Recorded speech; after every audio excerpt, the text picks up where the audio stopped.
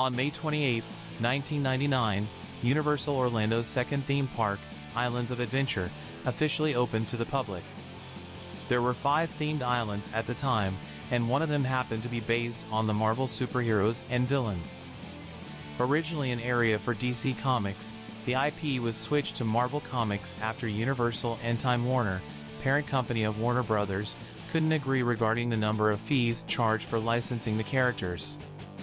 Before Halloween Horror Nights 2002, Marvel Superhero Island, as it is called, featured 4 rides and 2 restaurants as well as many colorful Marvel characters plastered in 2D drawings all around buildings.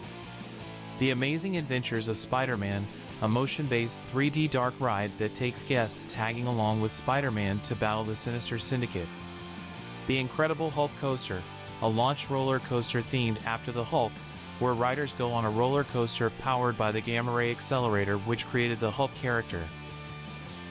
Dr. Doom's Fearfall, a space shot ride in which Dr. Doom uses such a ride style to generate the audience's fear in order to defeat the Fantastic Four.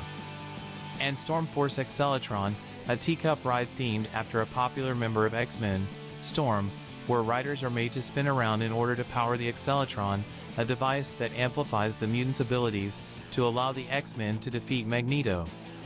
By 2002, due to the new park's sluggish attendance, further added by the brief decline of tourism following the September 11, 2001, terrorist attacks, Universal Orlando decided to spice things up by bringing the popular Halloween Horror Nights event at nearby Universal Studios Florida to Islands of Adventure. And it was decided that certain islands should have scare zones and mazes based on their IPs.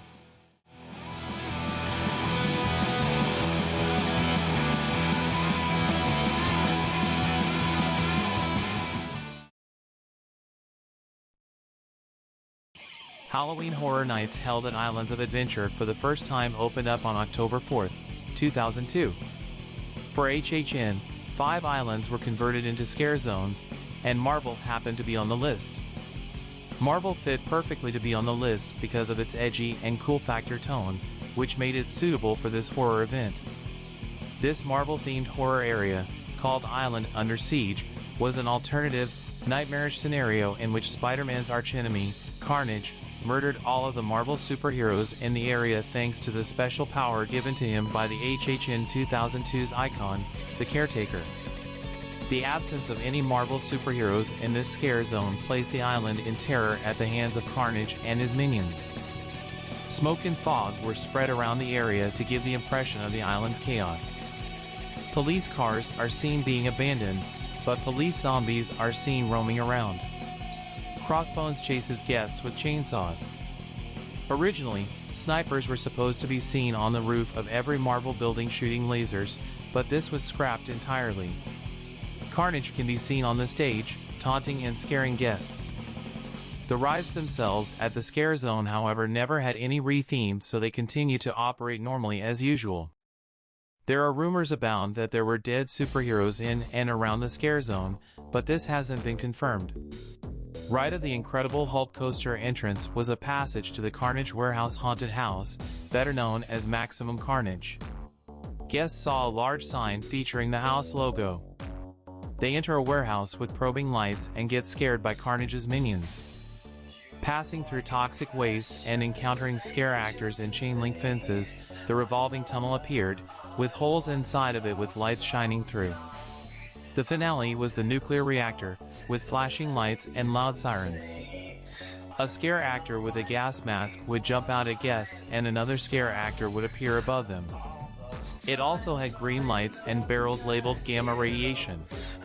A scare actor would jump out from behind one of these barrels and would occasionally hit the barrels with an object to make a loud noise as well. When guests exit the house, they enter a junkyard with many chain-link fences and a toll booth.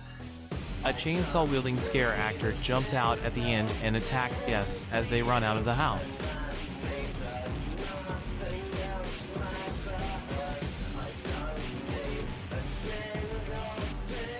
Marvel Superhero Island was the most intriguing and beloved scare zone for Halloween Horror Nights history geeks.